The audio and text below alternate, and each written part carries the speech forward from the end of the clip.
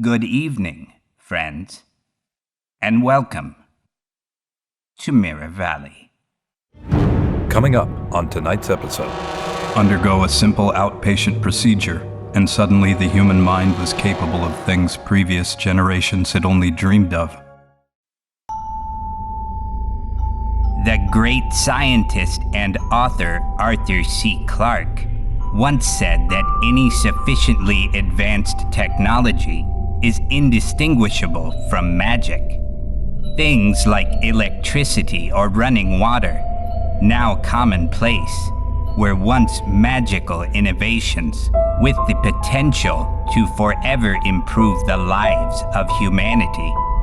But technology has always been a double-edged sword, carrying within it the possibility to elevate mankind or destroy it altogether.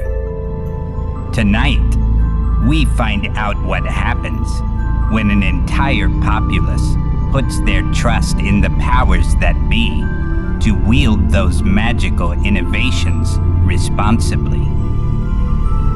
The time is at hand once more.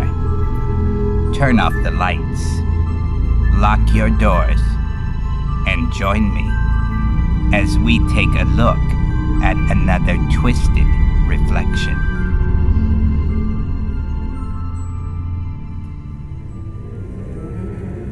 The Hub. When it was first introduced to the public, it was hailed as a miracle of modern technology, the harbinger of a new age, the age of cybernetics. The Hub, an organically grown artificial intelligence connected to the cloud that, when installed into a human mind, gave a person access to the vast stores of knowledge and information warehoused on the internet. Undergo a simple outpatient procedure, and suddenly the human mind was capable of things previous generations had only dreamed of. Once connected, instantly the person became more intelligent, more knowledgeable, more agile in their thinking. It was heralded as the most important technological advancement in human history.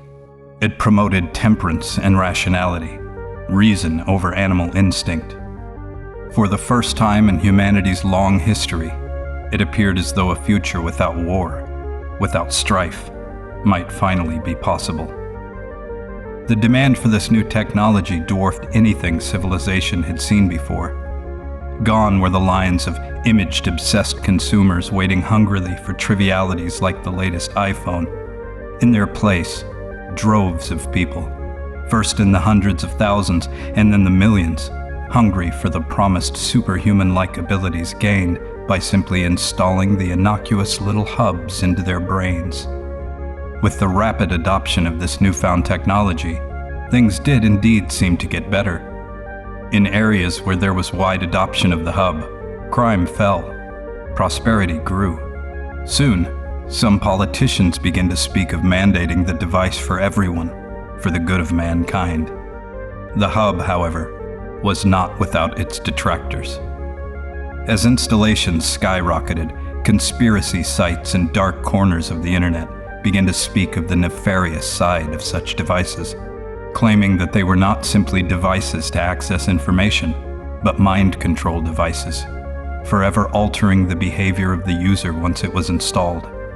They claimed that the reason crime was down was because the world's population, one hub at a time, was being transformed into mind-numbed zombies with no will of their own, their behavior and even their very thoughts controlled and dictated by the tech giants and world governments working hand in hand. It was, they claimed, the beginning of a new era of technological enslavement. The hub was not an electronic device, at least not in the typical sense of the word. It was an organism. It was touted as the latest advancement in artificial intelligence. Grown in a lab over the course of more than a year, the hub would grow and develop over that time as it matured and reached full intelligence. By the time it was ready to be implanted into a human being, it was a fully functioning, albeit very limited piece of organic matter, one that many experts likened to a very small and wholly independent brain. The organic nature of the hub was an essential feature, the thing that kept the human host's body from rejecting the implant. It was said that within only a few hours of implantation, the hub was recognized as a part of the body and completely assimilated. This was the crux of the issue. The powers that be claimed that the hub was a passive intelligence, simply an added boost to a human being's existing processing abilities, if you will. But the critics claimed that instead, these hubs, with their ability to think and reason on their own, were taking over their hosts' minds and bodies. That the increasing number of hub-enabled people on the streets were not people anymore at all, but walking zombies, each controlled by the tiny, free-thinking hubs implanted in their minds. As adoption of the hub increased practically every day, and the government began to mandate hubs for workers in more and more different fields, I knew the time would come when I would have no choice but to undergo the procedure. We will return to our story in just a moment. But first... Enjoying the show? Please help us out and like this video, and subscribe to the Mirror Valley YouTube channel. And now, the conclusion of tonight's story. As adoption of the hub increased practically every day, and the government began to mandate hubs for workers in more and more different fields, I knew the time would come when I would have no choice but to undergo the procedure. It was an inevitability, but still my concerns about the rumors remained. Would a hub's own intelligence simply disappear into a subservient role in the human host mind as they claimed? Would it remain conscious but without agency, some kind of cerebral prisoner? Or did the hub's intelligence remain intact and completely consume and possess a person's mind for good? My concern only increased as I was informed of my scheduled installation, getting worse by the day until the final moment the anesthesia took effect, and I drifted off into darkness, thinking, will I ever truly be me again? From that darkness, I awoke, right on schedule. Other than being a little groggy from the anesthesia, I felt great. Perfect. My mind seemed to be working wonderfully. I was, much to my relief, still myself. I went through all of the standard cognitive tests, and then, as promised, they released me. Another successful hub installation in the books. As I left the facility, I marveled at all the people walking around me. Most of them were recipients as well. I smiled as they passed by, and they smiled back.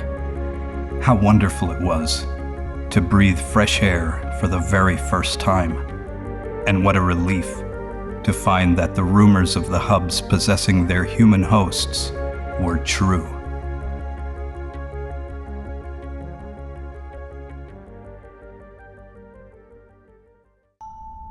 And so our time together comes to an end once more. Our paths will cross again soon. Until then, keep your eyes open, your mind sharp, and remember, what you see in the mirror is not always what it appears to be. Until next time, good night, friends.